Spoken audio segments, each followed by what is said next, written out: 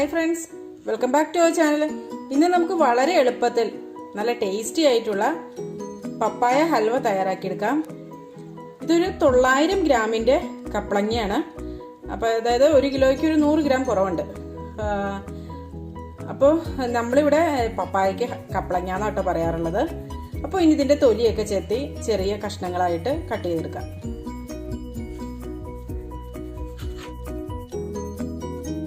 ഈ പപ്പായ ഇതുപോലെ കട്ട് ചെയ്ത് വെച്ചിട്ടുണ്ട്. അപ്പോൾ ഇനി ഇതൊന്ന് നന്നായിട്ടൊന്ന് അരച്ചെടുക്കണം. വെള്ളമൊന്നും ചേർക്കാതെ വേണം അരച്ചെടുക്കാനായിട്ട്. അപ്പോൾ ഇതാ ഇത്രയും കപ്പങ്ങയുടെ ആ ഒരു പൾപ്പ് കിട്ടിയിട്ടുണ്ട്. അപ്പോൾ ഇനി ഇത് കുക്ക് ചെയ്തെടുക്കാം. ഇതാ ഇപ്പോൾ പാൻ നല്ലപോലെ ചൂടായിട്ടുണ്ട്. ഇനി ഇതിലേക്ക് 1 ടീസ്പൂൺ നെയ്യ് ചേർത്ത് കൊടുക്കാം.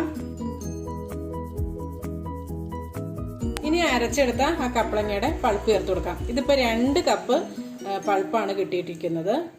2 കപ്പ് എന്ന് പറഞ്ഞാൽ ഏകദേശം ഒരു 500 ml കേട്ടോ.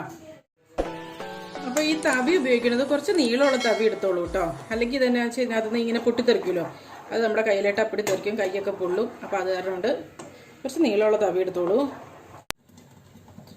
അപ്പോൾ ആദ്യത്തെ കുറച്ച് സമയമൊക്കെ ഇതുപോലെ ഒന്ന് മൂടി വെച്ചിട്ട് വേവിച്ചാലും അടിക്ക് കത്ത് പിടിക്കത്തൊന്നുമില്ല കേട്ടോ. അല്ലെങ്കിൽ നമ്മുടെ മേത്തേക്ക് ഇങ്ങനെ അപ്പടി തെറിച്ചുകൊണ്ടിരിക്കും. അപ്പോൾ കൈയൊക്കെ പൊള്ളാനൊക്കെയുള്ള ചാൻസ് കൂടുതലാണ്. അപ്പോൾ അത് കാരണം ഇങ്ങനെ വെച്ചേക്കുവാണെങ്കിൽ സേഫാണ്. കുറച്ചൊന്നായി കഴിയുമ്പോൾ കണ്ടിന്യൂസ് ആയിട്ട് ഇളക്കി കൊടുത്താൽ മതി. ലാസ്റ്റ് ആകുമ്പത്തേനും അല്ലെങ്കിൽ ഇതിൻ്റെ വെള്ളം പറ്റണമായിരുന്നുണ്ട് പിന്നെ നമുക്കിതിങ്ങനെ പൊട്ടിത്തെറിക്കില്ല കേട്ടോ. ഇതിങ്ങനെ അതിൻ്റെ വെള്ളം വറ്റണ വരെയാണ് ഇത് ഇങ്ങനെ പൊട്ടിത്തെറിക്കത്തുള്ളൂ. ഇപ്പോൾ ഇത് കണ്ടില്ലേ, നമ്മുടെ കയ്യിലോട്ടൊന്നും ഒട്ടും പൊട്ടിത്തെറിക്കാതെ തന്നെ നമുക്കിത് വളരെ പെട്ടെന്ന് തന്നെ ഇതിനകത്തുള്ള വെള്ളം വറ്റിയിട്ടുണ്ട്. ഇനി ഇതിലേക്ക് നമുക്ക് പഞ്ചസാര ചേർത്ത് കൊടുക്കാം. ഞാനിപ്പോൾ ഒരു 6 ടേബിൾ സ്പൂൺ പഞ്ചസാര ചേർക്കുന്നുണ്ട്. ഇനി വേണമെങ്കിൽ ഇനിയും ചേർത്ത് കൊടുക്കാം. അപ്പോൾ ഇനി ഇതൊന്ന് മിക്സ് ചെയ്തെടുക്കാം. അപ്പോഴേക്കും വീണ്ടും ഇതൊന്ന് ലൂസായിട്ട് വരും കേട്ടോ. കണ്ടില്ലേ, ഒന്നുകൂടെ ഒന്ന് ലൂസായിട്ടുണ്ട്. പഞ്ചസാര മെൽറ്റ് ആയതിൻ്റെയാണത്. ഇനി ഇതിലേക്ക് ഒരു 4 ടേബിൾ സ്പൂൺ ഡെസിക്കേറ്റഡ് കോക്കനട്ട്, അതായത് കോക്കനട്ട് പൗഡർ എന്നൊക്കെ പറഞ്ഞ് മേടിക്കാൻ കിട്ടും, അതാണ് കേട്ടോ ഇത്. പക്ഷെ ഇത് ഇവിടെ വീട്ടിലുണ്ടാക്കിയെടുത്തത് തന്നെയാണ്. അപ്പോൾ ഇതിൻ്റെ വീഡിയോ നമ്മൾ നേരത്തെ തന്നെ ചാനലിൽ അപ്ലോഡ് ചെയ്തിട്ടുണ്ട് കേട്ടോ. അപ്പോൾ ഇത് തന്നെ വേണമെന്നൊന്നുമില്ല. കുറച്ച് തേങ്ങ ചിരണ്ടിയിട്ട് അത് മിക്സിയിലിട്ടൊന്ന് അടിച്ചെടുത്തേച്ചാൽ മതി. അതായത് നല്ല പൊടിയായിട്ട് തന്നെ കിട്ടണം കേട്ടോ. എന്നിട്ടൊന്ന് ചൂടാക്കിയിട്ട് ചേർക്കുകയാണെങ്കിൽ അത്രയും നല്ലത്.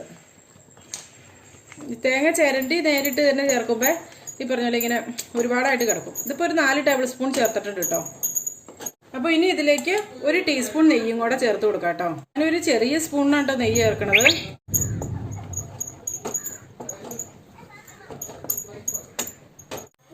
ഇനി ഒരു 2 ടേബിൾ സ്പൂൺ കോൺഫ്ലവർ ഒരു 3 ടേബിൾ സ്പൂൺ വെള്ളത്തിൽ കലക്കി എടുത്തതാണിത്.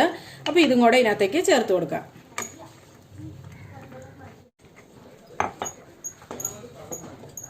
കോൺഫ്ലവർ ചേർത്ത് കഴിയുമ്പോൾ പിന്നെ നമ്മൾ കണ്ടിന്യൂസ് ആയിട്ട് ഇളക്കണം കേട്ടോ, അല്ലെങ്കിൽ ഇതൊരു കട്ട കുത്തി പോകും പോലെയാവും. ഇനി ഇതിലേക്ക് ഒരു 1/2 ടീസ്പൂൺ ഏലക്കാപ്പൊടി ഇട്ട് കൊടുക്കാം.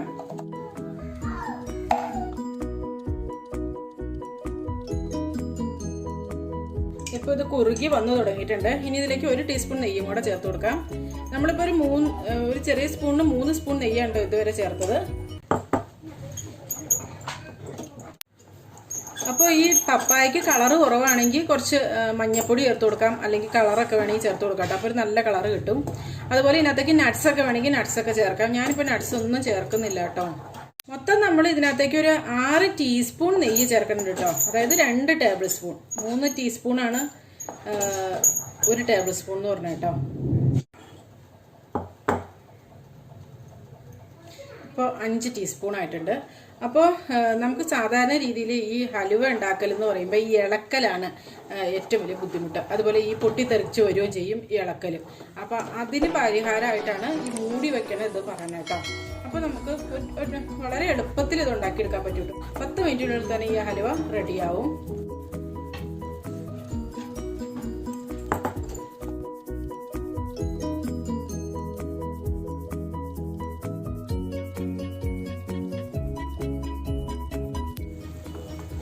ഇത് കണ്ടോ, ഇപ്പം നെയ്യൊക്കെ പുറത്തേക്ക് വന്നു തുടങ്ങി. അതായത് ഇതൊന്ന് ഒറ്റ ഒരു ഉണ്ടയായിട്ട് വന്നു തുടങ്ങിയിട്ടുണ്ട്.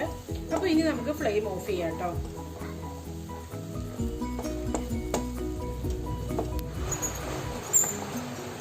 അപ്പോൾ അത് ഫ്ലെയിം ഓഫ് ചെയ്തു കേട്ടോ. ഇത് കണ്ടില്ലേ, ഒറ്റ ഇതായിട്ട് ഇങ്ങനെ വന്നുണ്ട് കണ്ട.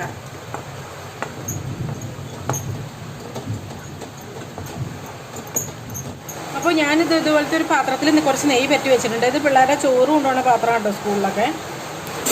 പിന്നെ ഇതിനകത്തേക്ക് ഇട്ട് വയ്ക്കിയത് എന്നിട്ട് ഇതൊന്ന് ലെവൽ ചെയ്ത് കൊടുക്കാം കേട്ടോ. അപ്പോൾ ഇനി ഇത് ഞാൻ നെയ്യെടുത്ത സ്പൂണാണ് കേട്ടോ. അപ്പോൾ അത് വെച്ചിട്ടൊന്ന് ഇങ്ങനെ ആക്കി കൊടുക്കാം. അപ്പം നമ്മുടെ ആ എടുക്കുന്ന പാത്രത്തിനനുസരിച്ചിരിക്കും കേട്ടോ ഇതിൻ്റെ കട്ടി വരുന്നതൊക്കെ, എന്തോരം കട്ടി വരും എന്നൊക്കെ ഉള്ളത്. നെയ്യ് പുരട്ടിയ സ്പൂൺ കൊണ്ട് ഇങ്ങനെ ആക്കുകയാണെങ്കിൽ ഇത് പെട്ടെന്ന് ലെവലായി കിട്ടും കേട്ടോ. നമ്മൾ ആ ഇളക്കിക്കൊണ്ടിരുന്ന തവി കൊണ്ട് തന്നെ ഒന്ന് ലെവലാക്കാൻ പോയിട്ടുണ്ടെങ്കിൽ അത് ഒട്ടിപ്പിടിച്ചിരിക്കത്തേ ഉള്ളൂ. അപ്പോൾ നെയ്യ് തടവിയ സ്പൂൺ കൊണ്ട് ഇങ്ങനെ ഒന്ന് ആക്കിയെടുക്കാം കേട്ടോ. അപ്പോൾ അതായത് ഇങ്ങനെ ലെവലാക്കി എടുത്തിട്ടുണ്ട്. അപ്പോൾ ഇനി ഇതിൻ്റെ മുകളിലായിട്ട് കുറച്ച് വൈറ്റ് എള്ള് ഇട്ട് കൊടുക്കാം. അപ്പോൾ ഇനി ഇത് തണുത്തതിന് ശേഷം കട്ട് ചെയ്തെടുക്കാം. അപ്പോൾ ഇതായിപ്പോൾ 1 മണിക്കൂറൊക്കെ കഴിഞ്ഞപ്പോഴേക്കും ഇത് നല്ലപോലെ ചൂടൊക്കെ ഒന്ന് ആറിയിട്ടുണ്ട്. അപ്പോൾ ഇനി ഇതൊന്ന് കട്ട് ചെയ്തെടുക്കാം. അപ്പോൾ ഇതിന് മുകളിൽ ഇട്ടിരിക്കുന്ന വൈറ്റ് കളർ എള്ളൊക്കെ ഉണ്ടല്ലോ, അതൊക്കെ ഓപ്ഷനിലാണ് കേട്ടോ. അപ്പോൾ അതാ നല്ല പെർഫെക്റ്റ് ആയിട്ട് തന്നെ കിട്ടിയിട്ടുണ്ട്. ഇനി ഇത് ചെറിയ പീസസ് ആയിട്ട് കട്ട് ചെയ്തെടുക്കാം.